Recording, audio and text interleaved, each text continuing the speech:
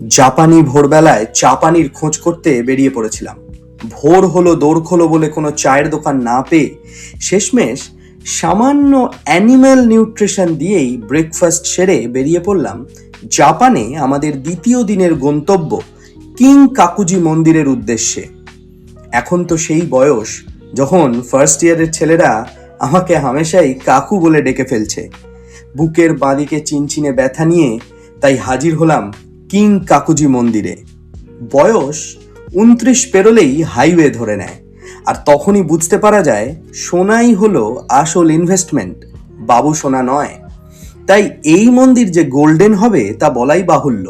হাজার হোক old is gold, তা মারি হোক বা রকমারি।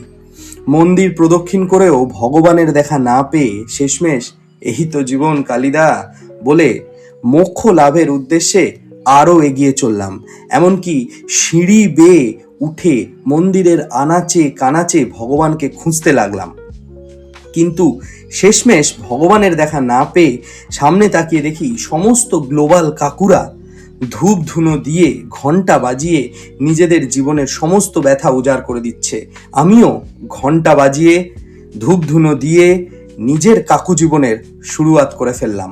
এরপর মন্দিরের বাইরে বেরিয়ে দেখি ফ্রিতে বাদাম ভাতা দেওয়া হচ্ছে। সিলেবাসের জিনিস দেখতে পেয়েই ফ্রি স্যাম্পেল টপার টপ তুলে নিলাম।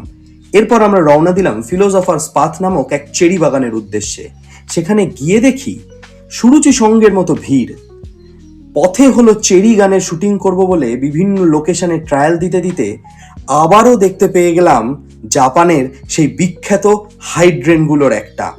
এরপর বুঝতে পারলাম এই জায়গাটার নাম কেন ফিলোসফার্স পাথ। জীবন যদি আপনাকে কখনো হাইড্রেনের সামনে দাঁড় করায় তাহলে দেরি না করে চেরি লাগানো শুরু করুন, ফল পাবেনই।